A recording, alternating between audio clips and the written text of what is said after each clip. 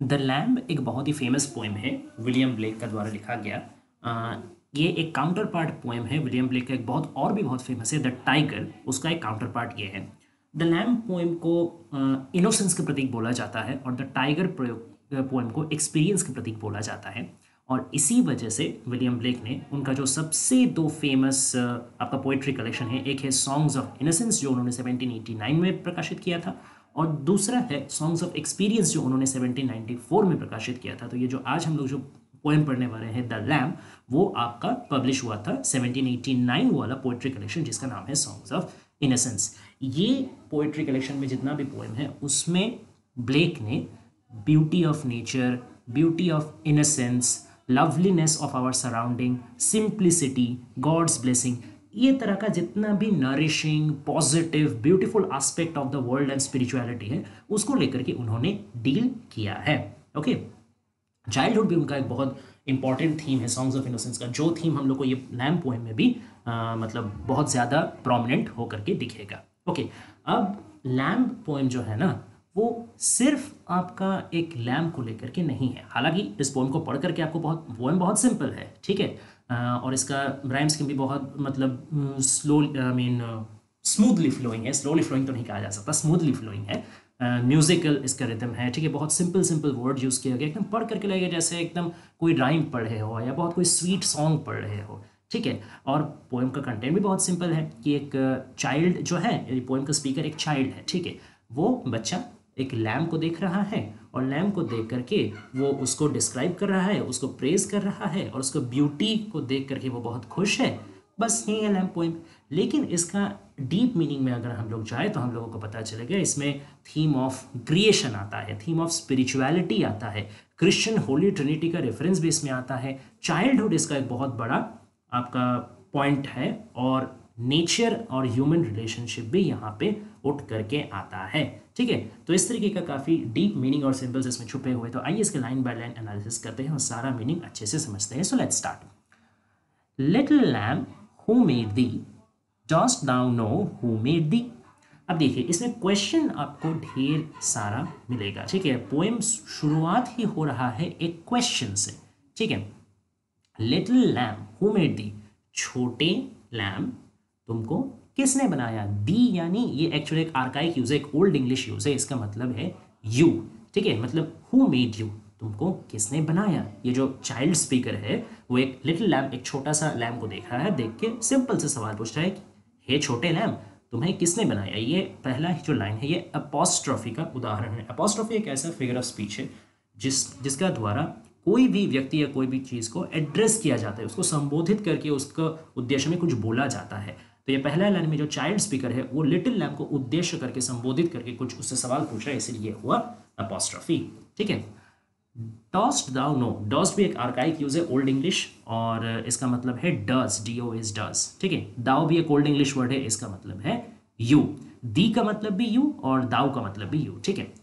तो dost thou know who make thee, अच्छा फिर से देखिए, दी मतलब यू, मतलब तुम्हें क्या पता है कि तुम्हें किसने बनाया, ठीक है। तो सबसे पहले उसने क्या क्वेश्चन किया चाइल्ड ने कि हे छोटे लैम्ब तुम्हें किसने बनाया। फिर वो क्वेश्चन कर रहा है कि तुम्हें क्या पता है तुम्हें किसने बनाया। फिर देखिए gave thee life and bid thee feed. Gave thee का मतलब अब तक तो आपको पता चल ही गया होगा, यू। तो तुम्हें जिंदगी दिया, ठीक है, तुम्हें लाइफ दिया। बीट दी फीड, तुम्हें खाना खिलाया।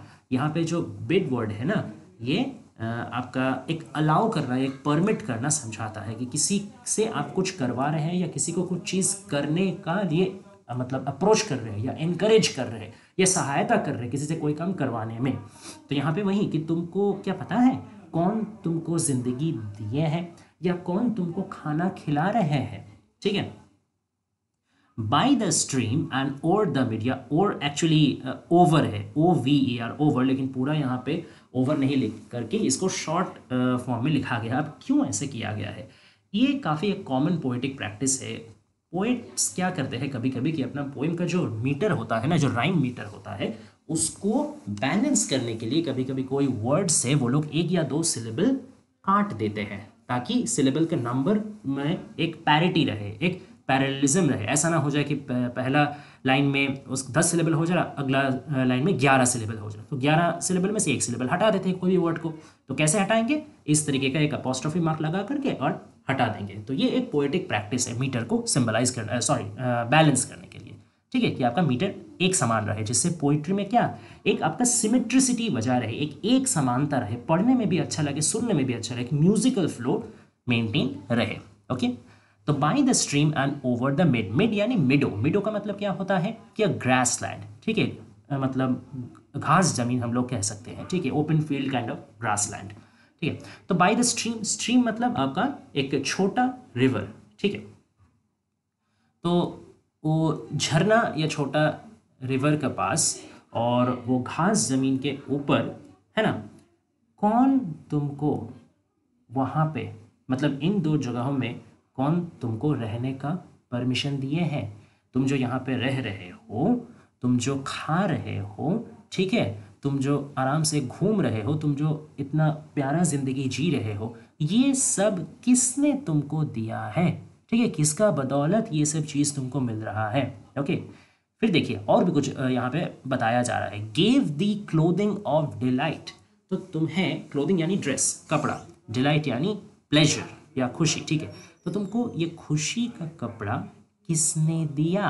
कपड़ा, अब अच्छा यहाँ क्लोथिंग मतलब एक्चुअली कि जो लैम्ब है वो क्या एकदम कोट पैंट पहन के रेडी होके आ गया है? नहीं, ड्रेस मतलब वो वाला ड्रेस नहीं, ड्रेस मतलब उसका उल का बात किया जा रहा है, ठीक है, उसका पूरा बॉडी जो एकदम मोटा मोटा उल से ढका हुआ है, उसी को जैसे एक ड्रेस का तौर पे माना जा रहा है कि वो एक ड्रेस पहना हुआ है, ठीक है, तो उसे उल को बताया जा रहा है खुशी वाला ड्रेस। तो तुमको ये इतना खुशी वाला ड्रेस किसने दिया?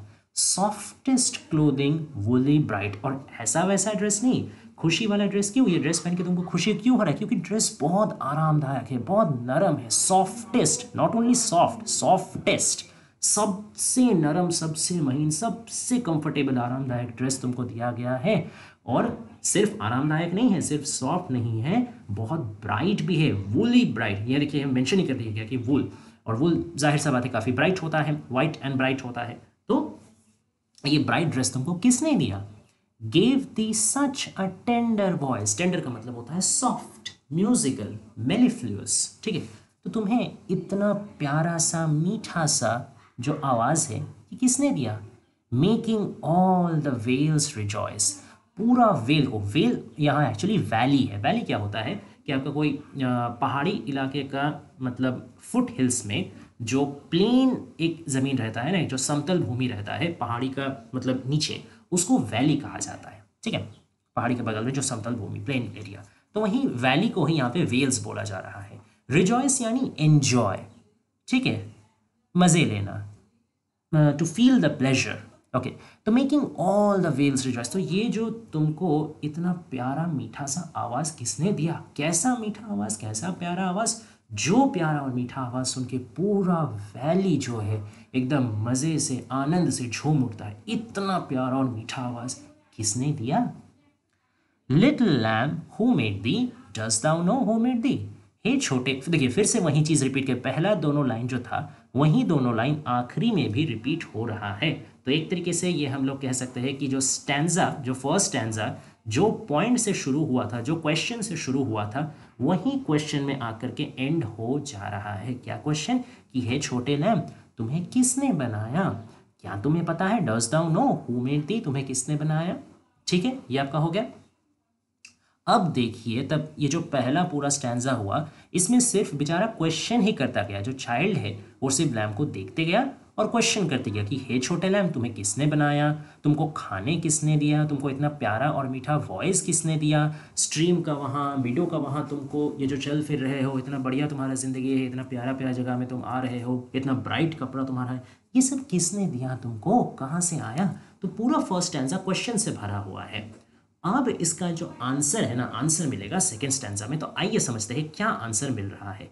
Little lamb I will tell thee, little lamb I will tell thee. देखिए फिर से रिपीटेशन हो रहा। देखिए फर्स्ट स्टैंजा का और सेकेंड स्टैंजा का स्ट्रक्चर में ही आपको सिमिलैरिटी दिखेगा कि फर्स्ट स्टैंजा में भी पहला दो लाइन रिपीट हुआ, ठीक है, और सेकेंड स्टैंजा में भी पहला दो लाइन रिपीट हो रहा है, ठीक है। तो little lamb I will tell thee मतलब हे छोटे लैम्ब मैं तुम्हें बताता हूँ, I will tell thee, little lamb I will tell thee, छोटे लैम्ब मैं तुम्हें बताता हूँ। He is called by thy name. He, अच्छा यहाँ ही मतलब कौन, यहाँ ही मतलब God, the almighty, the omnipotent, omnipresent, omniscient, all merciful, ठीक है, the creator of the universe, the Christian God. God के बारे यहाँ पे बताया जा रहा है ही, ठीक है। He is called by thy name, thy यानी फिर से एक आर्काइक ओल्ड इंग्लिश प्रोनाउन है, इसका मतलब है मॉडर्न यूजेज है इसका योर, ठीक है। तो उनको पुकारा जाता है तुम्हारा नाम से, मतलब उनको भी लैम्ब बोला जाता है। देखिए अगला ही लाइन में क्लियरली बता देगा, for he calls himself A lamb, क्योंकि वो खुद को क्या पुकारते हैं, लैम्ब पुकारते हैं। अच्छा अब गॉड और लैम्ब, गॉड क्या खुद को लैम्ब पुकारते हैं, ये वाला चीज़ तो समझ में नहीं आया। एक्चुअली एक आपका बिब्लिकल अल्यूजन है, ठीक है। बाइबल में जीसस क्राइस्ट को डिस्क्राइब किया गया है एग्नेस डे, ठीक है। अब एग्नेस डे क्या होता है, मैं यहाँ पे लिख देता हूँ, एग्नस डे। अब एग्नेस डे एक लैटिन टर्म है, इसका मतलब होता है lamb of God, lamb of God. तो जीसस क्राइस्ट को बाइबल में क्या बोला गया, किस हिसाब से डिस्क्राइब किया गया, लैम्ब ऑफ गॉड। तो अब आपको समझ में आ रहा है कि ब्लेक ने अपना पोइट्री में उनको ही यानी द ऑल माइटी ऑमनिपोटेंट गॉड को लैम्ब से क्यों तुलना किया, क्यों ये जो लिटिल चाइल्ड है क्यों इसने लैम्ब से कहा कि अरे भगवान भी तो, गॉड भी तो तुम्हारे ही नाम से जाने जाते हैं, वो भी तो खुद को लैम्ब ही पुकारते हैं, क्योंकि जीसस क्राइस्ट को ही यहाँ पे गॉड के साथ तुलना किया जा रहा, उनको ही एज अ गॉड रिप्रेजेंट किया जा रहा। और क्योंकि बाइबल में जीसस क्राइस्ट को लैम्ब ऑफ गॉड बताया गया, तो इसलिए यहाँ पे भी वही रेफरेंस यहाँ पे है। ओके, अब आगे समझते हैं। He became a little child, I a child and thou a lamb, we are called by his name। अब देखिए, अब है ना, पहले वो क्या किया था बच्चा, वो पहले सिर्फ लैम्ब को तुलना किया था गॉड के साथ, अब वो खुद को भी गॉड के साथ तुलना कर रहा है। क्यों बता रहा है, he became a little child, he मतलब गॉड, जीसस। जीसस भी क्या हुए थे, वो भी एक छोटे बच्चे बने थे जब जीसस, जाहिर सा बात है जीसस क्राइस्ट भी जब धरती में आए थे तो वो भी तो जैसे और दूसरा नॉर्मल इंसान भी एक बेबी बन के आता है, ह्यूमन बेबी, वो भी तो वही नॉर्मल ह्यूमन बेबी बन के ही आए थे, चाइल्ड बन के ही आए थे, है ना। तो इसीलिए बताया जा रहा है कि गॉड जब चाइल्ड बने, जीसस क्राइस्ट चाइल्ड बने, तो मैं भी तो चाइल्ड हूँ ना, तो मेरा भी तो गॉड से एक नाता हुआ, मैं भी तो एक तरीके से गॉड का एक फॉर्म हूँ। जैसे लैम्ब तुम गॉड का एक फॉर्म हो, क्योंकि तुमको गॉड खुद को लैम्ब पुकारते हैं, तो तुम लैम्ब तब गॉड का एक प्रतीक हुए, एक सिंबल हुए।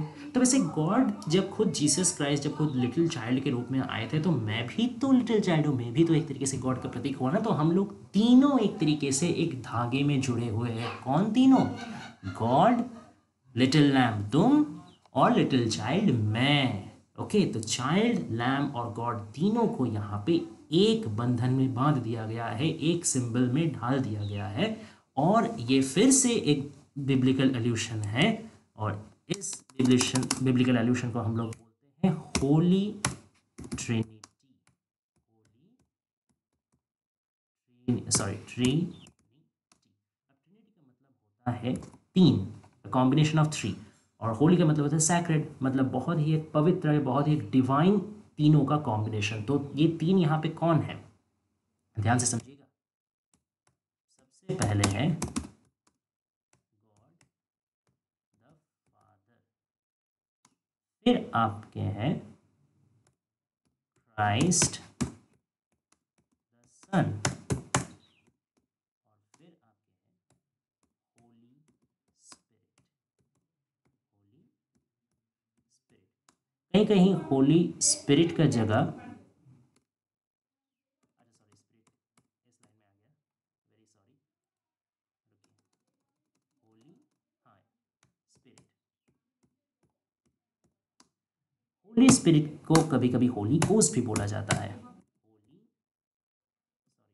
Sorry Holi ghost.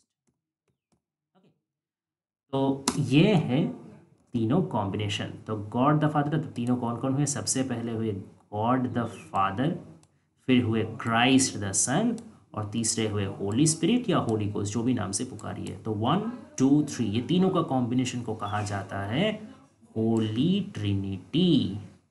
ठीक है, ट्रिनिटी का मतलब क्या है? ट्रिनिटी का मतलब है तीनों का कॉम्बिनेशन। ये क्रिश्चियनिटी का एक बहुत बड़ा कंसेप्ट है कि God is manifest into three different different forms.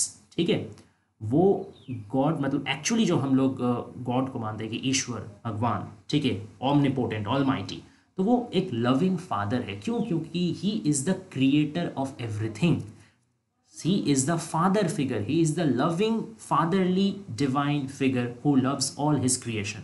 तो एक उनका रूप हुआ गॉड द फादर, एक उनका दूसरा रूप हुआ क्राइस्ट द सन। ठीक है, क्योंकि क्राइस्ट को, जीसस क्राइस्ट को बाइबल में द सन ऑफ गॉड बोला जाता है, इसलिए क्राइस्ट द सन वो एक मानव रूप में आए हैं। ठीक है, और मानव रूप में आके पूरा दुनिया में उन्होंने शांति और अमल कायम किया था। ठीक है, प्यार उन्होंने बांटा था। तो ये भी एक तरीके से जो लव, मर्सी, काइंडनेस, जेंटलनेस, ये भी तो गॉड का एक दूसरा स्वरूप है। तो वो हो गया क्राइस्ट द सन। और तीसरा हो गया होली स्पिरिट या होली गोस्ट। ये एक एक्चुअली एक आप इसको एक स्पिरिट या एक तरीके का समझ सकते हैं, एक ऑरा समझ सकते हैं, जो हर कोई गॉडली क्रिएशन या हर डिवाइन क्रिएशन में विराज करता है। गॉड का हर एक क्रिएशन, चाहे वो एनिमेट हो, इनएनिमेट हो, छोटा हो, बड़ा हो, पावरफुल हो, वीक हो, डजेंट मैटर, हर चीज़ तो हम लोग अपने आंखों के सामने चारों तरफ जो देख पा रहे हैं, हर चीज़ तो गॉड का क्रिएशन है ना। तो हर एक चीज़ में गॉड ने अपना छाप छोड़ा है, अपना एक डिविनिटी का पार्ट उसमें भी है। तो उसी को होली स्पिरिट या होली गोस्ट बोला जाता है, which is manifest in everything everywhere in the whole universe. ठीक है, तो ये तीन फेसेट्स या तीन रूप है गॉड के, उसी को एक साथ बोला जाता है होली ट्रिनिटी। और ये होली ट्रिनिटी किसको सिंबलाइज कर रहा है इस पोएम में? The little child who is the speaker, then the little lamb who is the subject of the whole poem, and then the omnipotent God, जो कि जिनका बारे पूरा पोएम में इंडिकेट किया जा रहा है। ठीक है, अच्छा, तो देखिए इसलिए एसोसिएशन हो गया कि I a child and thou a lamb, मैं एक चाइल्ड हूँ, तुम एक लैम्ब हो। We are called by his name, हम लोग को भी तो उन्हीं का नाम से पुकारा जाता है। क्यों पुकारा जाता है? कि जाहिर सा बात है, गॉड द फादर। ठीक है, तो हम लोगों का दोनों ही फादर कौन है? गॉड। मुझे भी किसने बनाया है? गॉड ने। तो मेरे फादर भी गॉड हुए। तुमको भी किसने बनाया है? गॉड ने। तो तुम्हारा भी फादर गॉड हुए। तो गॉड द फादर से हम दोनों रिलेटेड हैं।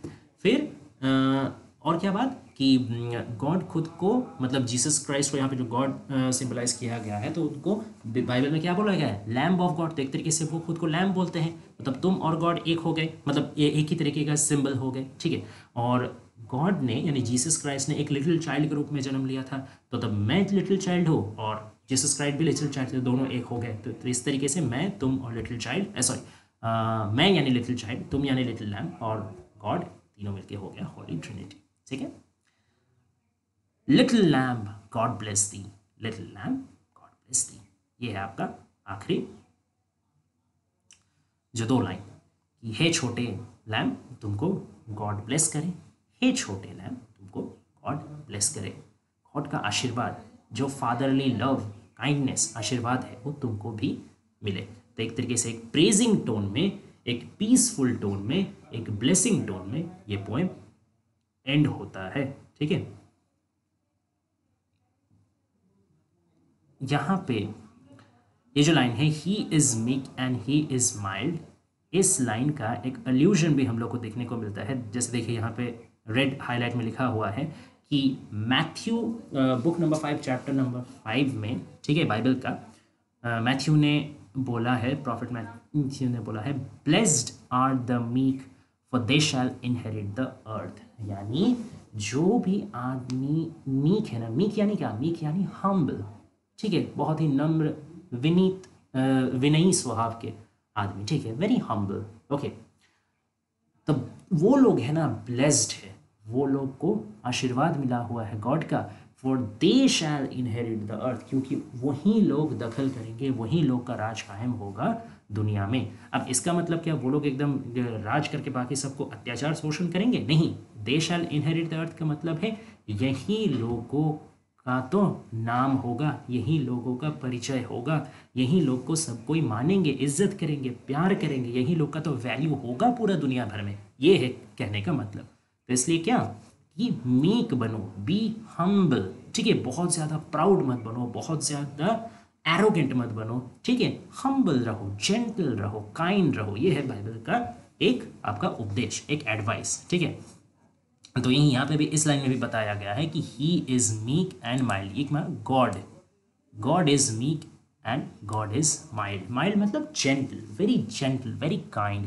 तो गॉड जो है ना बहुत हम्बल, बहुत जेंटल वो खुद है, इसीलिए वो अपने क्रिएशन में भी ये जेंटलनेस या ये जो ह्यूमिलिटी है वो डाले हुए है। तो ये तो हो गया आपका सिंपल सा एक रीडिंग जिसमें हम लोग को पता चल रहा है कि पूरा पोएम एक्चुअली एक चाइल्ड स्पीकर लैम्प को एड्रेस करते हुए ये पोएम पूरा कर रहे हैं कि एक लिटिल लैम्प को देख करके बच्चा बहुत खुश हो गया, ठीक है। वो पूछ रहा है कि लैम्प तुमको किसने बनाया, तुमको ये वुल किसने दिया, तुमको ये खाना किसने दिया, ये जगह किसने दिया, इतना मीठा प्यारा वॉइस किसने दिया। और फिर सेकंड में उसका आंसर वो खुद ही दे रहा है कि मैं तुमको बताता हूँ कि तुमको किसने दिया, गॉड ने तुमको बनाया। और गॉड तो खुद को भी लैम्प पुकारते हैं, तो तुम और गॉड एक हुए। और गॉड तो खुद एक लिटिल चाइल्ड है, तो मैं भी लिटिल चाइल्ड हूँ और मैं और गॉड एक हुए। तो चलो अब मैं, तुम और गॉड एक साथ हो गए, ठीक है।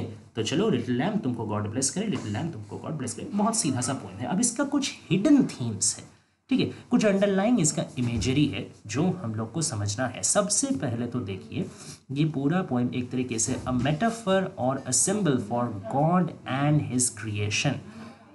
सबसे पहले से ही बताया जा रहा है, ये पूरा जो आपका फर्स्ट स्टैंजा है उसमें इतना सारा जो क्वेश्चन है ये एक्चुअली रिटोरिकल क्वेश्चंस है। अब रिटोरिकल क्वेश्चंस क्या होते हैं, वो ऐसा फिगर ऑफ स्पीच होते हैं जहाँ पे क्वेश्चन तो आपका किया जाता है, स्पीकर क्वेश्चन तो करते हैं, लेकिन उसका आंसर भी बहुत ऑब्वियस सा होता है, उसका आंसर भी पता ही होता है, लेकिन फिर भी ये क्वेश्चन किया जाता है just to assert the importance of the answer, just to like push forward the emphasis of the answer। इसीलिए इस क्वेश्चन को किया जाता है, हालांकि इसका आंसर अंडरस्टूड होता है या सबको पता होता है। तो क्रिएशन पे सवाल किया जा रहा है कि किसने क्रिएट किया तुमको, हे छोटे लैम्प तुमको किसने क्रिएट किया। तो इस चीज से एक चीज दर्शा रहा है कि सिर्फ लिटिल लैम्प नहीं, हर वो चीज जो हम लोग अपना चारों तरफ देख पा रहे हैं सबको ही किसी ने क्रिएट किया है। किसने क्रिएट किया है, वही जिसने लिटिल लैम्प को क्रिएट किया है उसी ने दुनिया का बाकी हर चीज को भी क्रिएट किया है। और एक तरीके से हर सिर्फ फिजिकली क्रिएट नहीं किया, बट उसका पूरा लाइफ को भी वही फोर्स, वही फादर फिगर, वही क्रिएटर मेंटेन कर रहे हैं। क्योंकि यहाँ पे सिर्फ लेकिन वो लिटिल लैम्प को क्रिएट करके ही नहीं छोड़ दिए, उनको स्ट्रीम भी दिए हैं, मिडो भी दिए हैं, ठीक है। फिर क्या, उनको जिंदगी भी बरकरार रखे हैं, उनको खाने के लिए भी इनकरेज किए हैं। मतलब हर एक एक्शन, जब से कोई एक क्रिएशन, चारों तरफ जितना भी हम लोग प्राणी या जड़ वस्तु जितने भी कुछ देख रहे हैं, उनका हर एक एक्शन सिर्फ क्रिएशन नहीं बट पूरा लाइफ ही, हर एक्शन, हर सोच, हर जिंदगी का हर पल कौन मेंटेन कर रहा है, कौन अपना मर्सी से, कौन अपना काइंडनेस से, कौन अपना जेंटलनेस से, कौन अपना लव से पूरा जिंदगी हम लोग सब कोई का जिंदगी चला रहे हैं। That is the Almighty Creator, God. So the whole universe is God's creation and God is the creator of the whole universe. और उनका क्रिएशन कैसा है, बहुत ब्यूटीफुल है, बहुत लवली है, बहुत सूदिंग है, बहुत मतलब नर्चरिंग है, ठीक है। ग्रोथ उसमें दिखता है, न्यूट्रिशन उसमें दिखता है, पीस उसमें दिखता है। ये सब हम लोग को कौन सा सिंबल से पता चल रहा, softest clothing, clothing of delight, ठीक है, टेंडर वॉइस, वेल्स रिजॉइस। ये जो कुछ कुछ है, देखिए मैं आपके लिए हाईलाइट भी कर देता हूं। जैसे ये देखिए, clothing of delight, softest clothing, bright, tender voice, vales rejoice, bid thee feed, gave thee life. तो इतना सारा जो हम लोग को दिख रहा है, ये सब क्या इमेजेस है, सारा एक पॉजिटिव इमेज है। They are all the symbols of happy life, a peaceful life, a satisfying life and a soul nurturing life, ठीक है। तो गॉड, सब कोई का क्रिएटर गॉड है और उनका क्रिएशन बहुत ब्यूटीफुल है, बहुत पीसफुल है। ये है आपका पहला hidden theme, God and his beautiful creation. Next theme है नेचर का। देखिए जो एक सेटिंग है ना, ये लिटिल लैम्प जो सेटिंग में है, यहाँ पे आपका मिडो दिख रहा है, यहाँ पे आपका स्ट्रीम दिख रहा है, यहाँ पे आपका एक बहुत खूबसूरत सा आपका चारों तरफ वातावरण दिख रहा है, ठीक है। ये लैम्प का जो मीठा और प्यारा मतलब साउंड है, उससे पूरा वैली जो है आनंद से झूम उठ रहा है। तो ये जो सेटिंग है ना, ये एक नेचुरल सेटिंग है, it's a purely natural setting. एक तरीके का आप रूरल सेटिंग कह सकते हैं या पैस्टोरल सेटिंग कह सकते हैं। Okay, it's a the perfect term to describe the setting would be idyllic pastoral setting, ठीक है। और ये किसको दर्शाता है? ये दर्शाता है नेचर का ब्यूटी को। मतलब अगर नेचर का आसपास रहोगे तो सब चीज़ ब्यूटीफुल रहेगा, सब चीज़ पीसफुल रहेगा, सब चीज़ सेटिस्फाइंग रहेगा। इसको वो कंट्रास्ट कर रहे हैं अर्बन सेटिंग से, सिटी लाइफ से। ब्लेक का जो दूसरा पोएम्स है, उन्होंने क्या किया है कि सिटी लाइफ का या ह्यूमन सिविलाइजेशन का या एक इंडस्ट्रियलाइज्ड एक वातावरण का कितना नुकसान होता है, कितना केओटिक लाइफ वहाँ ऑफर्ड होता है, ये उन्होंने बाकी पोएम में डिस्कस किया है। लेकिन यहाँ पे उन्होंने एक लाइन, एक शब्द भी अर्बन सेटिंग को लेकर के नहीं बोला, इंडस्ट्रियलाइज्ड एनवायरनमेंट को लेकर नहीं बोला, या फिर कोई एडवांस ह्यूमन सिविलाइजेशन का कोई छाप ही वो यहाँ पे नहीं छोड़े। इसका मतलब क्या है? वो समझाना चाह रहे हैं कि जितना इंडस्ट्रियलाइजेशन, जितना ऐसा modernisation, city life, urban life, ये सबसे जितना दूर रहोगे, केओस, टेंशन, प्रेशर, कॉन्फ्लिक्ट, परेशानी, ये सब ज़िंदगी में नहीं आएगा। तो अगर तुमको ज़िंदगी में शांति चाहिए, खूबसूरती चाहिए, एक सेटिस्फैक्शन, एक पीस ऑफ माइंड चाहिए, तो कहाँ जाओ? नेचर के पास जाओ। Nature is the source of all those blessings. Nature को भी यहाँ पे एक तरीके से गॉड के साथ तुलना किया गया कि nature is the biggest manifestation of God. So if you want to be closer to God, closer to beauty, closer to innocence, then go closer to nature। तो नेचर और उसका लव गिविंग कैपेसिटी, उसका piece generating capacity, ये हो गया आपका दूसरा theme. तीसरा थीम आते हैं चाइल्डहुड। ये सबसे बड़ा थीम क्यों है? क्योंकि ये पोएट अपने स्पीकर को चुने हैं एक चाइल्ड, वो लेकिन यहाँ पे कोई एडल्ट स्पीकर को नहीं चुने हैं, वो यहाँ पे चुने हैं अपना एक चाइल्ड स्पीकर को। और ये वो जानबूझ करके चुने हैं। क्यों? Because you want to show the viewpoint of a child. देखिए जो चाइल्डहुड होता है ना, हम लोग तो ऐसे बोलते ही हैं कि बच्चे जो है भगवान का रूप होते हैं। क्यों बोलते हैं? Because childhood is pure innocence. जब हम लोग बढ़ते हैं, ज़िंदगी में आगे बढ़ते हैं, ग्रो अप करते हैं, तो दुनिया का जितना भी हिपोक्रेसी है, नेगेटिविटी है, ईवल्स है, ठीक है, आपका बैड एक्सपीरियंस है, ठीक है, फॉल्सहुड है, ये सब जो खराब चीज़ें हैं, डार्क ट्रूथ्स है, नेगेटिविटी है, वो हम लोगों पे इम्पैक्ट करता है। और हम लोग का माइंड, मेंटालिटी को भी, साइकी को भी, साइकोलॉजी को भी इम्पैक्ट करता है, और हम लोग का लाइफस्टाइल को भी वो इम्पैक्ट करता है। तो उससे क्या होता है कि हम लोग का जो प्योरिटी है ना, जो हम लोग का सोल बहुत प्योर है, एकदम गॉडली है, डिवाइन है, इनोसेंट है, वो धीरे धीरे मिटता जाता है। और हम लोग दुनिया का एकदम ये मतलब बैडनेस से, दुनिया का इविलनेस से हम लोग भी टार्निश्ड हो जाते हैं। हम लोग का अंदर ही अंदर हम लोग भी रॉटन होने लगते हैं। लेकिन जब हम लोग चाइल्ड रहते हैं ना, तब हम लोग एकदम गॉड के क्लोज रहते हैं। क्यों? Because when we are child, we are not touched by, we are not affected by the negativity of the world. तब हम लोग में जो इनोसेंस है, जो डिविनिटी है, वो एकदम प्योरेस्ट फॉर्म में रहता है। इसीलिए चाइल्डहुड को प्रेज किया है आपका पोएट ने, विलियम ब्लेक ने। और वो यही दर्शाना चाह रहे हैं कि अगर दुनिया को देखना है, अगर दुनिया में रहना है, तो सबसे उसके लिए बेस्ट व्यू पॉइंट का है, सबसे उसके लिए बेस्ट आपका एटीट्यूड क्या है? Just like a child, be innocent like a child, be thankful like a child, be appreciating like a child, and then you will see how different the world looks for you. ठीक है ना? तो ये childhood का virtue यहाँ पे उन्होंने बयां किया है। और एक चीज़ और यहाँ पे निकल के आता है कि सिर्फ उन्होंने चाइल्डहुड को इसलिए नहीं बोला है, ये भी समझने वाला बात है कि यहाँ पे क्रिटिकल एंगल भी है। जैसे हम लोग सब कोई बोलते हैं कि हाँ, सबसे ज़िंदगी का सबसे सुनहरा पल तो बचपन ही था, अब बचपन चल गया, अब और क्या, अब और कुछ नहीं हो सकता। अब ये हम लोग क्यों बोलते हैं? सोचिए तो। हम लोग इसीलिए बोलते हैं कि एडल्ट लाइफ में जितना भी टेंशन है, ठीक है ना, वो सारा बचपन में कुछ नहीं था। बचपन में सिर्फ खुशियाँ ही खुशियाँ था, कोई टेंशन नहीं था, इसलिए हम लोग बोलते हैं। और अभी एडल्ट लाइफ में सारा चीज़ टेंशन आ गया, दुख आ गया, ये क्या करना है, वो क्या करना है, सारा दायित्व आ गया। ये सब चीज़ के लिए हम लोग बोलते हैं कि चलिए तब तो कोई मज़े ही मज़े थे, कोई चिंता ही नहीं था, इसलिए चाइल्डहुड बेस्ट था। लेकिन थोड़ा सोच के देखिए, सच में क्या चाइल्डहुड में कोई परेशानी नहीं था? चाइल्डहुड में भी परेशानी था, और अभी एडल्टहुड में जितना परेशानी है, चाइल्डहुड में उसका परेशानी हम लोग को तब इससे भी ज़्यादा लगता था। कैसा परेशानी? जैसे देखिए, चाइल्डहुड में अगर आप किसी से आप बात करना चाहते, कोई आपसे बात नहीं किया, या आपको किसी ने डांट दिया, तो ठीक है, तो वो आपके लिए बहुत बड़ा दुख का वजह बन जाता था। ठीक है, आप खेल रहे हैं, खेलते खेलते आप गिर गए, चोट लग गया, वो तब भी आप रोते थे। ठीक है, फिर आप स्कूल जा रहे हैं, वहाँ पे कोई टीचर आपको डांट दिए, तब भी वो भी आपके लिए बहुत बड़ा एक इशू था। ठीक है, पढ़ाई में मन नहीं लगता था, सारा दिन खेलने कूदने का मन करता था। ठीक है, लेकिन फिर भी ज़बरदस्ती पढ़ाई करना पड़ता था। तो ये भी एक तरीके का मतलब दुख था। तो ऐसा नहीं कि चाइल्डहुड में कोई दुख नहीं था, चाइल्डहुड का दुख हम लोग को अभी छोटा लग सकता है, क्योंकि एडल्टहुड में हम लोग को मेच्योरिटी आ गया है, तो मेच्योर्ड ब्रेन से हम लोग देख रहे हैं, तो ये सब चीज़ कोई प्रॉब्लम लग ही नहीं रहा। लेकिन तब का हिसाब से अब सोचिए, जब हम लोग खुद इमेच्योर थे, तब वो छोटा छोटा प्रॉब्लम ही लेकिन हम लोग के लिए काफ़ी बड़ा प्रॉब्लम था।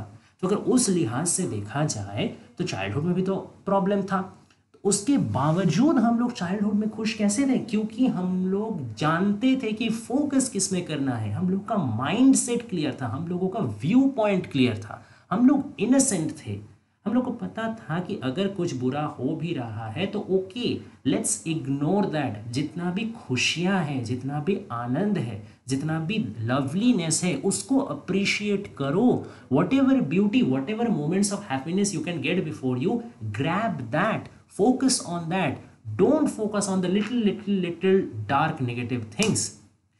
अब एडल्टहुड में आके हम लोगों का परेशानी क्यों बढ़ गया है, इतना पता है? क्योंकि हम लोगों का माइंड सेट चेंज हो गया, हम लोग का व्यू पॉइंट चेंज हो गया है। अभी भी क्या हम लोग का जिंदगी में खुशी का मोमेंट नहीं आता है, लेकिन अभी हम लोग उसमें फोकस नहीं करते हैं। अब हम लोग अपना स्ट्रगल में फोकस करते हैं, अपना परेशानियों में ज़्यादा फोकस करते हैं, अपना कठिनाइयों में ज़्यादा फोकस करते हैं, लेकिन हम लोग का खुशी का मोमेंट में कभी फोकस नहीं करते।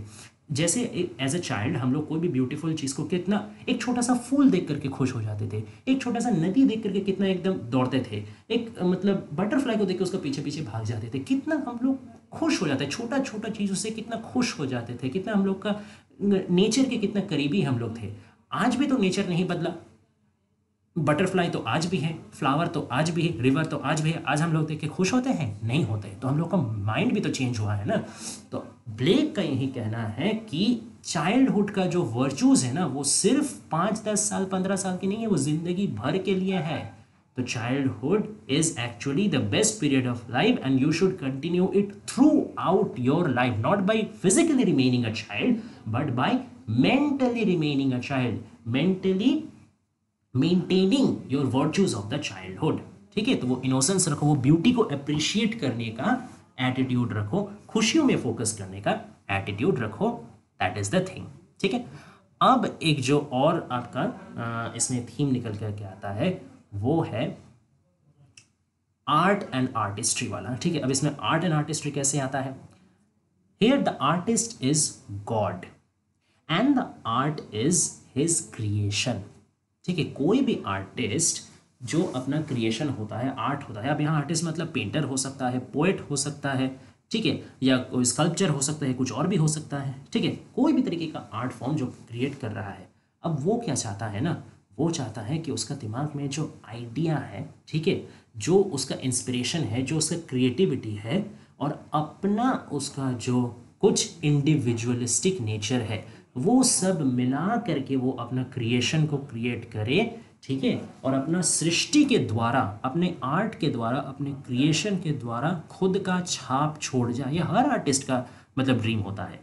ठीक है, तो गॉड भी क्या कर रहे हैं, गॉड भी अपना जो क्वालिटीज़ है, ही इज़ वेरी जेंटल। देखिए, ये खुद लाइन में बताया जा रहा है, he is meek and he is mild. ये बताया जा रहा है कि वो खुद बहुत जेंटल है, वो खुद बहुत काइंड है, वो खुद बहुत लविंग है, वो खुद बहुत ब्यूटीफुल है, बहुत पीसफुल है। तो जितना भी सारा ये क्वालिटीज़ है ना, वो अपना क्रिएशन में भी डाल रहे हैं। वो चाइल्ड, लिटिल चाइल्ड को क्रिएट किया है, वो लिटिल लैम्ब को क्रिएट किए हैं, वो पूरा यूनिवर्स, पूरा नेचर को क्रिएट किया है, और हर चीज़ में एक ब्यूटी, एक इनोसेंस, एक लव उन्होंने डाला है, और इसी के थ्रू वो खुद को मैनिफेस्ट करके रखे हैं। ठीक जैसे एक आर्टिस्ट अपने आर्ट के द्वारा खुद का छाप छोड़ करके जाता है। So the artist and art becomes unified, indispensable. एक दूसरे से वो लोग को मतलब अलग किया नहीं जा सकता, एक जगह जाकर के आर्ट और आर्टिस्ट एक हो जाते हैं।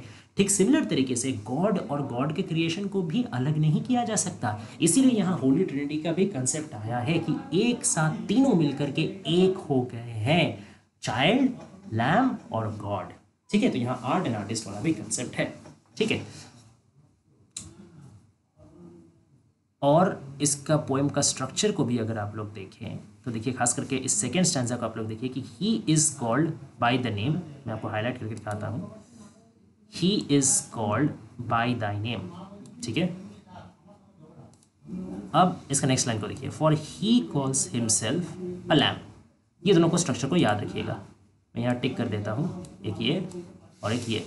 He is called by thy name for he calls himself a lamp. अब यही दोनों चीज़, यही दोनों आप देखिए, इसका राइम भी मैच हो रहा है, नेम लैम्प, ये दोबारा आएगा उल्टा तरीके से। ये देखिए, लैम्प नेम, तो एक तरीके से यहाँ पे जो स्टेटमेंट पहले दिया गया या जो एक प्रपोजिशन खड़ा किया गया उसी को कंक्लूड किया जा रहा है। पहले क्या, पहले गॉड को बताया गया कि गॉड तो तुम्हारे नाम से जाने जाते हैं, मतलब जो क्रिएटर है वो अपना क्रिएशन से जाने जाते हैं। ठीक है, for he calls himself a lamp, क्योंकि जो क्रिएटर या जो आर्टिस्ट है वो ही खुद को अपने आर्ट के नाम से बुलाते हैं, वो अपना क्रिएशन के नाम से खुद को बुलाते हैं। फिर देखिए क्या बोला जा रहा है, I a child and thou a lamb. फिर क्रिएशन बोल रहा है कि मैं भी तो क्रिएटर हूँ, मैं भी तो क्रिएटर जैसा हूँ।